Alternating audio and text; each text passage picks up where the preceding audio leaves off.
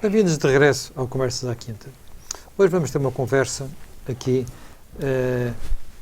tentando ir de encontro a um tema muito atual e tema de muitas conversas informais, às vezes mais formais, mas que divide muitas opiniões. E que é até que ponto Portugal se pode equiparar à Catalunha, ou a Catalunha se pode equiparar a Portugal, até que ponto a Catalunha tem os mesmos direitos históricos que Portugal à independência, até que ponto a Catalunha é tão nação como Portugal é uma nação, até que ponto a história da Catalunha tem os mesmos pergaminhos que a história portuguesa. É evidente que estas coisas é impossível chegar a um acordo, mas convém um pouco tentar compreender um pouco aquilo que foi o passado da Catalunha, até porque o passado da Catalunha é complexo. Não é aquilo que é a Catalunha hoje, aquela região de Espanha, não pode ser propriamente identificada até geograficamente com o que era a Catalunha antes da sua fusão, não foi nenhuma conquista, a sua fusão naquilo que é hoje a Espanha. Jaime Gama, tentando ir às origens, se nós pensarmos nas origens daquilo que é a Catalunha, talvez fôssemos até à marca hispânica do tempo de Carlos Magno. Portanto, até íamos mais atrás do que a origem de Portugal e do Condado Portucalense. Portanto, porque iríamos ainda antes do ano 1000. Sim, na verdade, a monarquia carolíngia tem a percepção de que há uma ameaça islâmica sobre a Europa e que essa ameaça islâmica tem como testa de ponte de uma potencial invasão, potencial e real, a Península Ibérica e, portanto, tenta tudo para criar o fortalecimento de uma área transpirenaica do lado de cá, dos Pirineus. E esse projeto tem várias marcas. Nós podemos considerar que as marcas são uma espécie de craínas na antiga Jugoslávia, nos Balcãs e na Europa do Leste. Zonas de fronteira, não é? Zonas de fronteira que é necessário proteger e, portanto, essa é a grande origem desse projeto. E tem este lado até um bocadinho paradoxal, que chama-se marca hispânica. Sim, marca aquilo que hispânica. hoje que se quer esperar de Espanha. Marca hispânica. Agora, essa marca hispânica também vai evoluir consoante a própria evolução do Império Carolíngio, porque essa marca hispânica depois organiza-se sob a forma de condados. Esses condados começam por ser muito igualitários e depois passam a ter um princípio de hierarquia, porque o conde de Barcelona passa a ter alguma autoridade sobre os restantes condes. No fundo, estávamos a falar de senhores da guerra, no fundo. Sim, sim. E, portanto, é um senhor da guerra que fica mais poderoso que os outros. Sim, mas com a decadência do Império Carolíngio, esses condados também sentem que não é suficiente para a sua proteção manterem a ligação com França, com o que era a França na altura, porque não conseguem obter o apoio suficiente. E então inicia-se um processo interessante que é, por um lado, uma hierarquia maior dos condados, fortalecendo a posição do Conde de Barcelona, e, por outro lado, uma aproximação com o Reino de Aragão, que é um reino que está à esquerda dos condados catalães. E nesse processo de aproximação... Só para as pessoas terem noção, a zona transpirenáica entre o Golfo da Cantábria e o Mediterrâneo... Tem o reino de Pamplona que se transforma em Navarra. Tem o reino de Aragão... Que corresponde um pouco ao que é hoje um País Basco alargado, não é? Certo. E depois temos Aragão... e depois tem os condados catalães. E esse processo de aproximação dos condados catalães a Aragão é o que vai acabar na dinastia catalã ou barcelonesa no Reino de Aragão, quando o conde de Barcelona adquire por casamento a coroa de Aragão e dá-se aí um princípio de unidade. Nessa unidade, que não corresponde a uma unidade linguística inteira, porque a fala catalã transborda muito mais, por exemplo, para Valência, para as Baleares, para o Languedoc-Roussillon em França, do que propriamente para Aragão. Só a zona fronteiriça de Aragão é que é catalã de língua e, portanto, essa unidade é o que vai representar o maior período de expansão da chamada coroa de Aragão.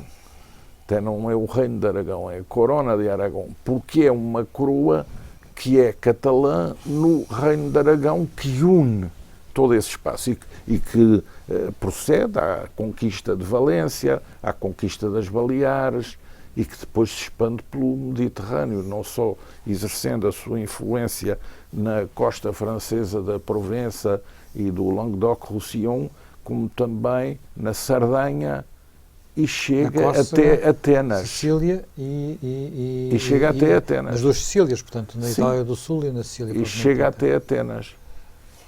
Isso é o que constitui o Império Mediterrâneo da Coroa de Aragão.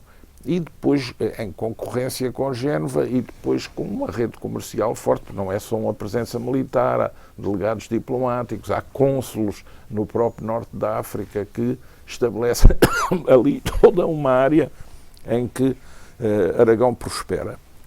E é depois esse reino de Aragão... Já agora, só para termos uma noção, situarmos isto no tempo. O momento em que se dá a união entre o reino de Aragão e em que o conde de Barcelona casa com a herdeira do trono de Aragão, Dronila, é mais ou menos a altura em que se forma o reino de Portugal. Portanto, estamos a falar Sim. do século XI. Aí a origem é uma origem bastante diferente. Primeiro pela geografia, porque o que vai dar origem ao reino de Portugal não está perto dos Pirineus, não está perto da França, não está no Mediterrâneo, está no Atlântico. Portanto, há um enquadramento geográfico que logo à partida torna as coisas muito distintas. Não se pode dizer que esse condado portugalense que vem a ser formado e depois dá origem ao Reino de Portugal não esteja inserido no mesmo projeto da época, porque é nitidamente um projeto de contenção da ameaça islâmica nesta parte da Europa e manifestamente capitaneado pela monarquia carolíngia e por quem lhe sucede, com o fomento destes reinos cristãos no norte da península e nas cadeias montanhosas. E assim como há as marcas no outro extremo da cadeia pirenaico-cantábrica, do lado de cá há o quê? Há o reino das Astúrias, que começa por ser algo centrado à volta de Covadonga, Cangas de Onix, e que depois esse reino das Astúrias, quando passa a montanha para sul, estabelece a sua capital em Oviedo e depois em Leão e forma o Reino de Leão. O Reino de Leão, muito articulado também com a atual França, as casas dinásticas de França. E daí um dos reis de Leão ter recebido dois condes, dois nobres da Borgonha, e daí os ter casado com duas filhas. Uma legítima casa com Raimunda, quem é atribuída a autoridade sobre a Galiza, e a outra, que é a bastarda, Teresa, casa com o conde Dom Henrique. o conde Dom Henrique vem a estabelecer-se no condado portucalense e com direito a governar as terras para sul do Minho. Já tinha havido, antes do condado portucalense, progressões até à zona de Coimbra, por parte da monarquia leonesa. Mas agora é o estabelecimento de uma unidade política. E essa unidade política, condado, que depois com Dom Afonso Henriques passa de comes a dux, e que depois o Dom Afonso Henriques, com a influência que tem junto à Santa Sé por virtude das conquistas que faz a sul, na área ocupada pelo Al-Andalus, que vai legitimar a sua passagem de dux a rex, que é o que ele pretende. Para passar a rex e se estabelecer um reino, há uma arbitragem internacional, conduzida pela Santa Sé, por um cardeal que vem a Portugal e a Leão negociar esse entendimento, e a solução que é obtida é uma solução muito interessante, que é, ok, Dom Afonso Henriques fica rei e o condado portucalense passa a reino, mas o rei de Leão, que nessa altura também agrega Castelo, o que existe de Castela, passa a imperador para acomodar o reino de Portugal e estabelece uma simulação jurídica para selar este pacto, que é o Dom Afonso Henriques, que é rex, ao mesmo tempo tem a tenência de Astorga. E como senhor da Astorga, que está no reino de Leão, é por esse título vassal do rei de Leão, imperador das Espanhas. É uma ficção jurídica interessante. Mas isto para dizer, primeiro, que a gênese do reino de Portugal, o reino de Portugal é uma separação do reino de Leão por via de um condado que se transforma em reino. Mas o reino de Portugal não tem origem numa marca transpirenaica. Não tem origem na agregação da parte catalã da marca transpirenaica com o reino de Aragão, que é aragonês e não catalão. Ou seja, há um recorte e uma individuação. E o território português é certo que fica rodeado por Leão, Castela e o Al-Andalus, a sul, mas não é fronteiro nem de uma cadeia montanhosa, nem de um espaço político forte como é a França. Portanto, tem aí uma inserção geopolítica que lhe permite capitalizar mais autonomia, tornar-se menos dependente das atrições internacionais que depois vão existir entre a Espanha unificada e a França. Mas é interessante ver como o próprio Reino de Aragão, num determinado momento, a dinastia deixa de ser uma dinastia catalã-barcelonesa e passa a ser uma dinastia castelhana. E depois há a união das coroas, sim, com os reis católicos. Já vamos aí. Era bom ver antes, perceber antes como é que Portugal se vai, de facto, separando de Leão e de Castela. E como é que a individualidade portuguesa se vai marcando, porque durante boa parte da primeira dinastia e até mesmo na segunda dinastia, além, enfim, nós conhecemos as guerras dinásticas, conhecemos as pretensões muitas vezes de sucessórias e as pretensões à coroa, mas há ainda uma grande proximidade e a própria ideia de nacionalidade não é uma coisa ainda muito vincada. Sim, há Estado, vamos lá ver, aliás, como na maior parte da Europa, é o Estado que faz a nação, quer dizer, é o Estado que faz a nação. É de facto ali uma vontade política, enfim, apoiada por um braço, digamos, armado, por um braço militar.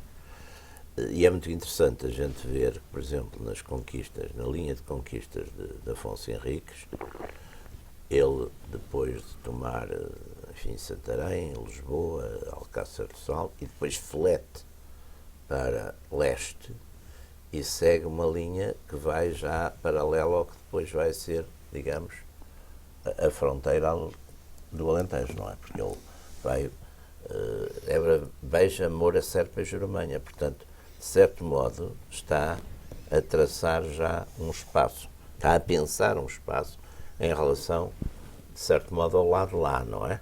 Depois, aliás, no fundo, a dizer, de lá para cá é meu, não é? Começa a delimitar, portanto, procurando dizer o Guadiana de alguma forma vai funcionar podia ter pura e simplesmente seguido a linha de costa, não é? Mas não.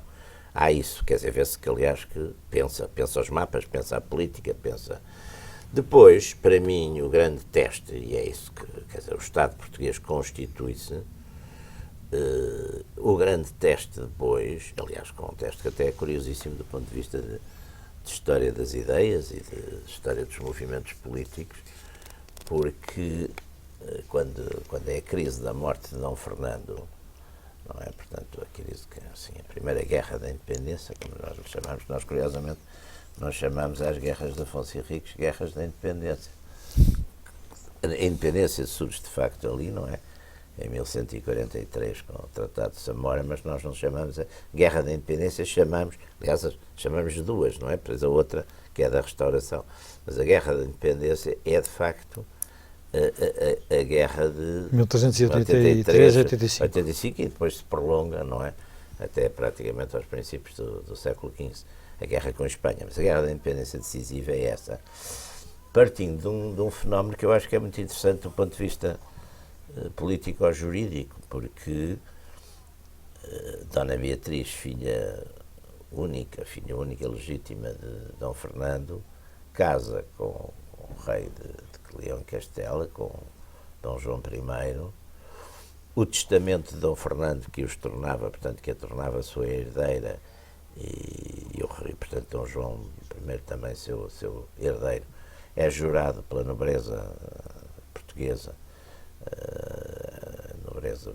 jurado perante a hóstia, não sei o quê, com todos aqueles requintes e todas aquelas salvaguardas, enfim, político-teológicas, o que se lhes quiser chamar. E depois, na base de que não se quer ser governado por um rei, digamos, estrangeiro, há toda uma sucessão de movimentos nas cidades, de movimentos entre variadíssimos grupos sociais, e, portanto, é de facto um nacionalismo, de certo modo, avant la lettre, porque não há, quer dizer, é um fenómeno mais normal nestas épocas, e até muito tarde na Europa, os reis serem estrangeiros, quer dizer, virem de outros sítios, ninguém não se incomodar muito. É claro que já havia... E a nobreza, de alguma forma, determinar... a nobreza aderiu.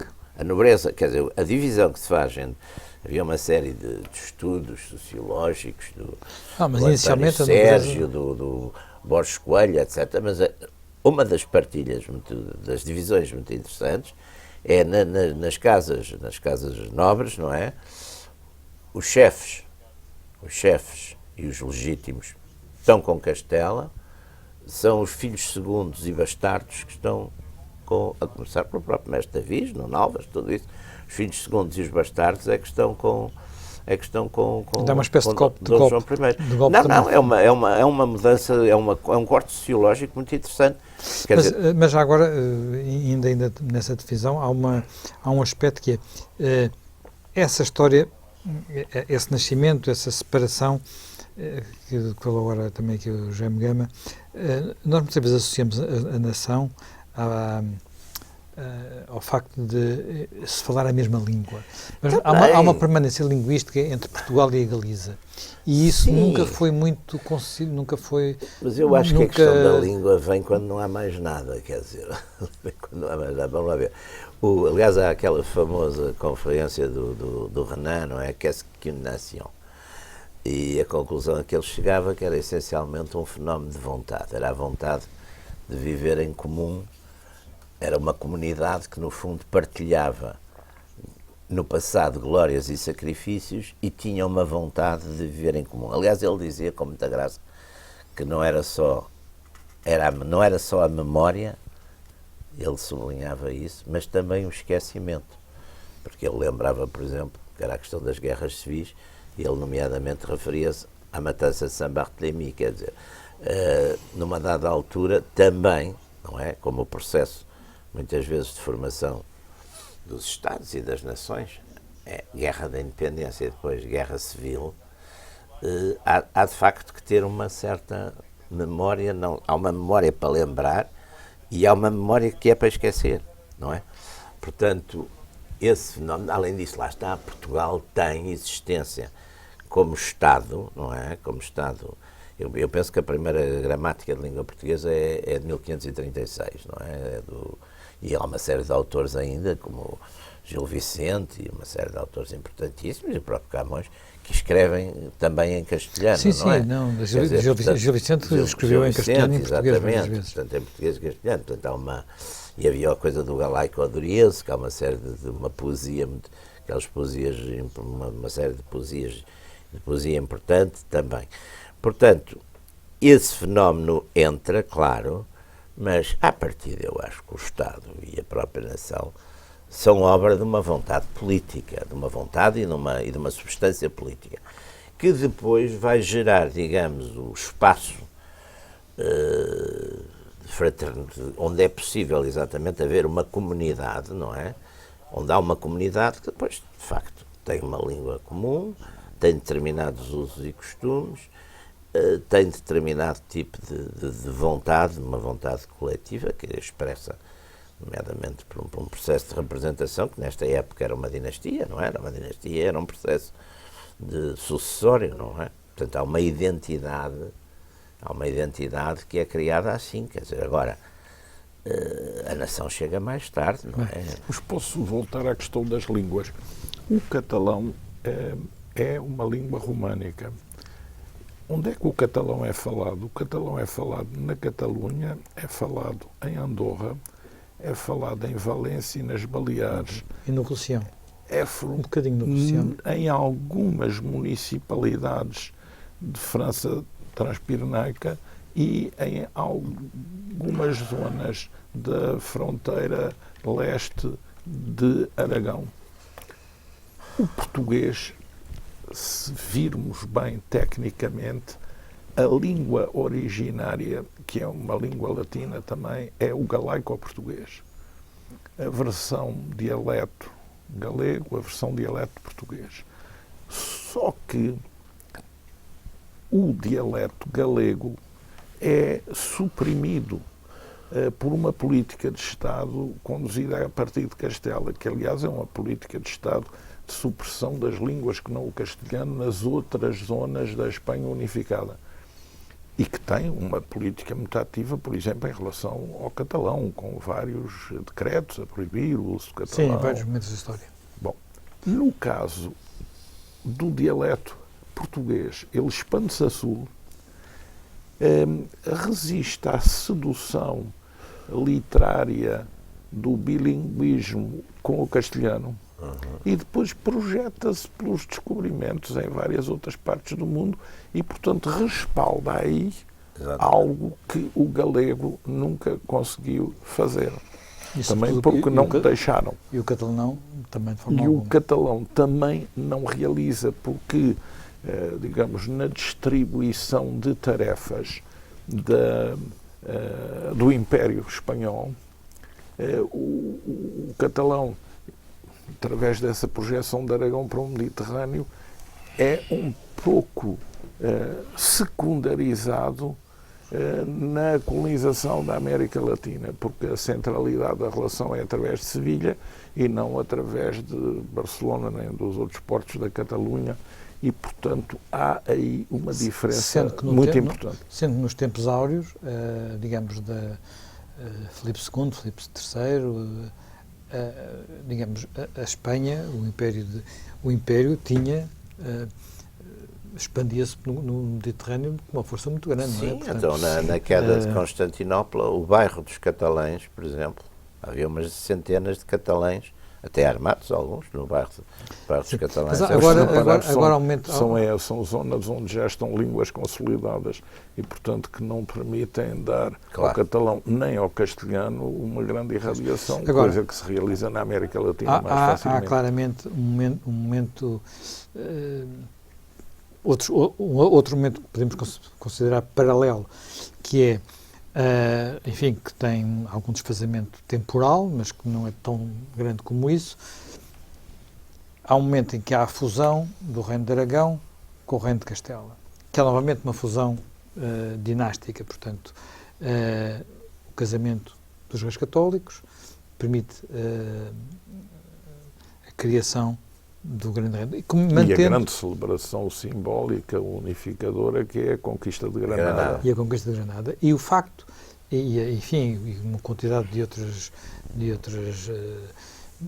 gestos, como a expulsão dos moriscos, dos judeus e por aí adiante, mas mantendo, apesar de tudo, uma separação entre as duas áreas. Né? Em Aragão e em Castela havia leis diferentes e graus de autonomia diferentes, portanto aquilo não há uma fusão absoluta dos dois Estados, digamos assim. Mas há uma diminuição progressiva. Mas há uma diminuição progressiva, Aragão, e sobretudo, claro, até porque a dimensão dos da dois influência da Catalunha. E a dimensão dos dois Estados é diferente. A Catalunha o Aragão, e dentro de Aragão a Catalunha é muito menor do que Castela e, sobretudo... Que já tinha controlado Aragão. E Castela já tem... Perdão, que já tinha controlado Leão. E Castela, entretanto, e que tinha falhado o controle de Portugal. Tinha falhado o controle de Portugal e, entretanto, tem a projeção imperial, portanto, e toda, digamos, a chegada à Sevilha da prata das Índias e, portanto, das Índias, enfim, da América, que dá um poder ao centro que não existia antes. Portanto, há esse momento que é um momento de fusão e que é uma fusão voluntária, portanto, não há uma fusão de duas coroas voluntariamente, que poderia ter acontecido também com Portugal, se por acaso os filhos de Dom João II se tivesse casado, não tivesse morrido e tivesse havido a união das coroas, como chegou a estar projetado, ou pelo menos se diz que estava projetado, tivesse acontecido. Não aconteceu e, portanto, o que nós sabemos que aconteceu foi aquilo que vai suceder mais tarde, em 1580, quando Filipe II de Espanha herda a coroa de Portugal e, portanto, passa a ser também rei de Portugal. O que sucede depois, 60 anos mais tarde, é que no mesmo ano, 1640, ocorrem duas revoltas. Uma revolta na Catalunha e uma revolta em Portugal. Mas que têm características diferentes. A revolta catalã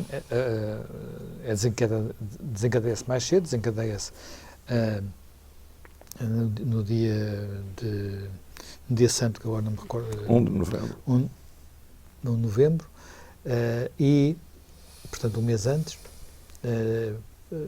em Portugal é 1 de dezembro, e é uma revolta que fica com o nome de segadores, portanto, ceifeiros. Portanto, é uma revolta popular. E a proximidade com França faz com França, e a coincidência com a Guerra dos 30 anos faz com que essa revolta acabe por ser um palco da própria Guerra dos 30 anos. A revolta portuguesa tem características um pouco diferentes, não é? Sim, seguramente. Uma das razões que afasta a elite portuguesa dessa monarquia dual é precisamente a sobrecarga fiscal para custear a guerra na Catalunha e no Roussillon e até a hipótese do envio de tropas portuguesas para esse conflito.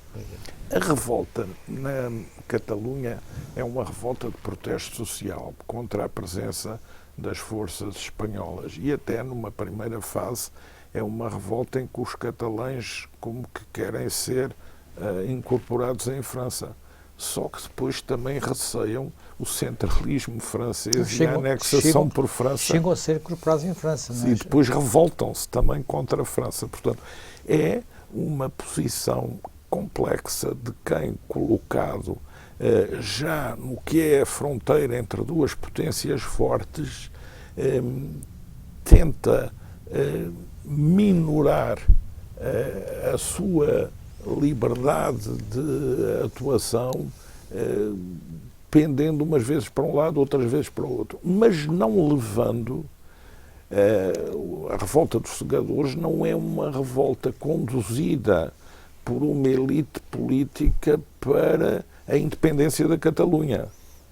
É uma revolta que primeiro se estabelece em relação ao que é o modelo absolutista da monarquia espanhola sobre a organização do espaço espanhol, procura ao mesmo tempo uma proteção de França que a dá, mas para realizar uma anexação e também para a controlar, porque se virmos o modelo francês para lidar com as diferenças regionais é um modelo hipercentralizador que levou, digamos, à unificação de toda a França e também da parte catalã e occitane de França e do País Basco francês e de outras regiões na outra fronteira com o espaço germânico. Portanto, há aí um outro centralismo. É, aliás, esse receio, por exemplo,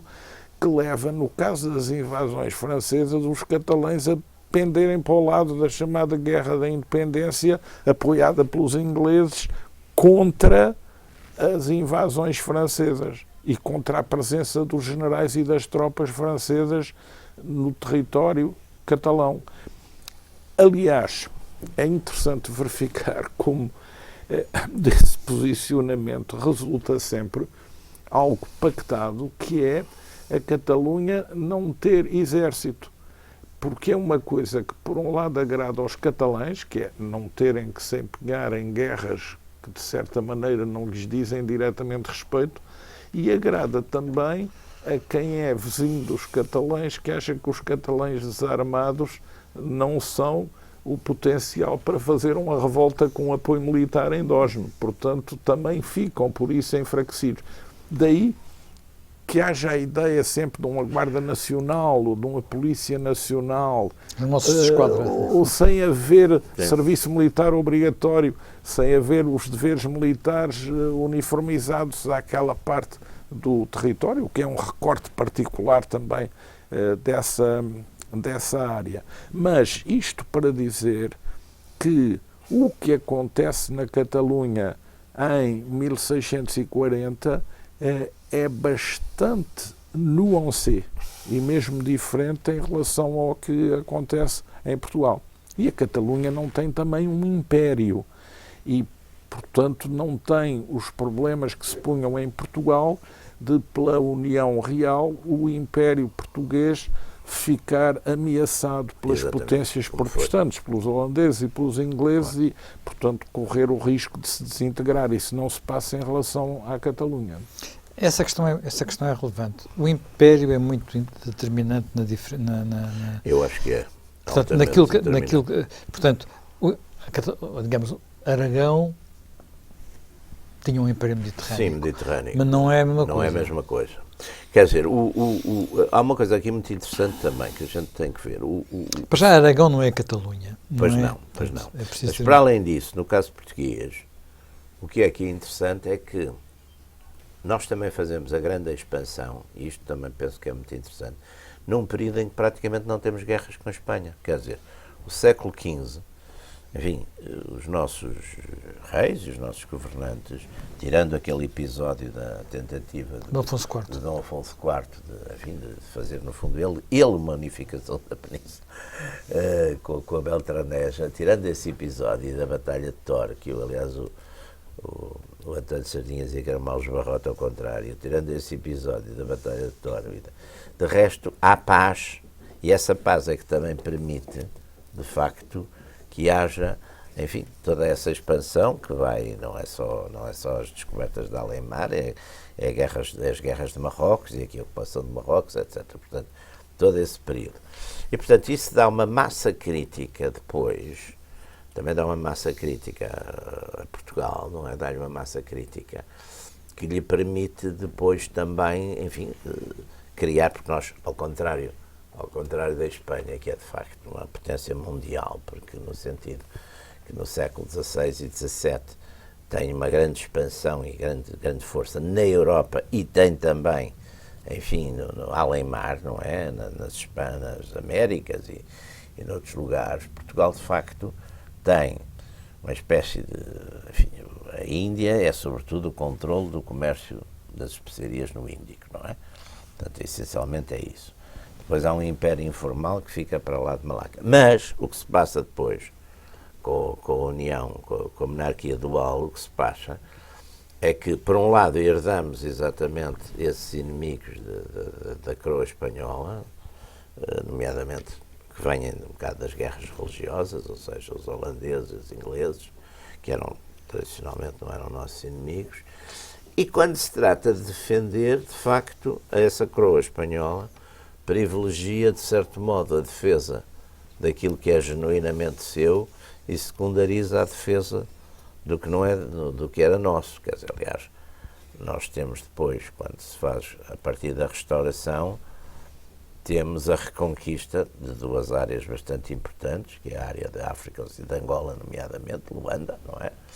E temos e o Brasil, não é? Em relação aos holandeses, também porque a Companhia das Índias Ocidentais, no fundo era uma sociedade comercial normal, não é? Por ações, achou que o que se gastava que não compensava o que se ganhava e, portanto, largaram, de certo modo, o Brasil e também largaram um bocado Angola e o Nassau, portanto, que estava a fazer lá um grande papel e que era até tinha conseguido ali coisas fantásticas lá para os holandeses, de certo modo também perdeu um bocado por causa disso. Mas, portanto, toda essa reconquista é muito interessante, porque como nós, na altura, por causa da guerra com a Espanha, na Europa, somos aliados dos holandeses, não queremos estragar essa relação.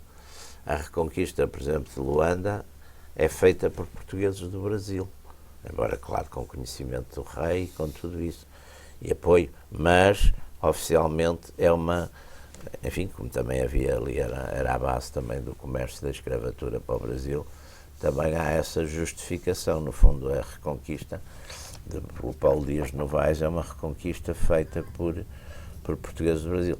Portanto, mais uma vez aí temos uma profundíssima diferença, quer dizer, essa esperança. Aliás, eu insisto nisto, quer dizer, há a história de Portugal, quer dizer, ou seja, a nação portuguesa é estruturada num Estado que desde os finais do século, ou meados do século XII até hoje, tirando aqueles 60 anos de ligação à Espanha, é um Estado independente, quer dizer, independente, com mais ou menos território, com mais ou menos império, com mais ou menos colónias, mas é um Estado independente e, portanto, a nação vai-se consolidando, não é?